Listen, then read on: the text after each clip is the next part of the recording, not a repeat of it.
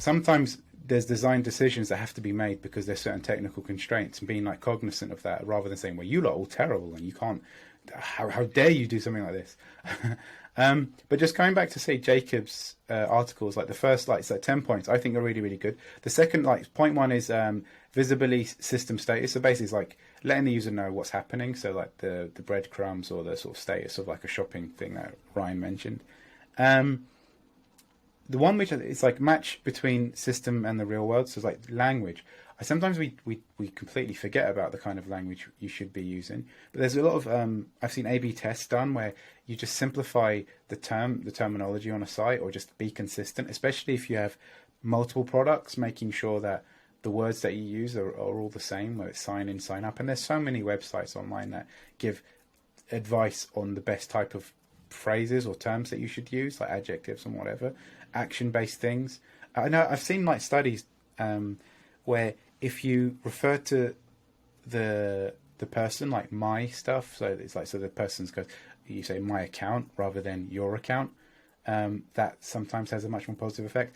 I would look that up though, because I can't remember if that was like an old thing. But there's just being like cognizant of like the language you're using on call to actions, just being as clear as possible. There's no value in hiding stuff or hiding meaning. When in doubt, go super simple. That's what I always say. You know, when they say it's like simplicity, like in design, it's not about making it look basic. It's about, you want to help the largest number of people. The more complexity you add, like to language or whatever, you'll have that small percentage of people who are not 100% sure, and they'll just abandon the experience. And you just want to avoid that. You know what's funny is that immediately reminds me of when you, like you want to print your tickets at an airport, and they give you like 4 different options. You could type in your, you know, your membership number. You could put in your card. You can scan your passport. So they're giving users as many options as possible, because the last thing they want you to do is stand in line and ask them to print your tickets for you. It's like the last ditch effort.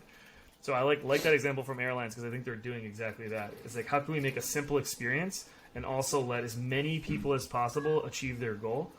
So that's just like there's like constant reminders like in everyday life that like people are constantly doing that. And it's funny because it's not just one airline. If you fly, I've flown dozens of airlines. They all have more or less the same interface, and it's because, you know, options are leading towards success. And if the less people that skip that and go to line, the company's making more money because their customer service is better. They're getting more people, you know, bought, sold, and assisted. So yeah, I think those are really good points. And then one thing.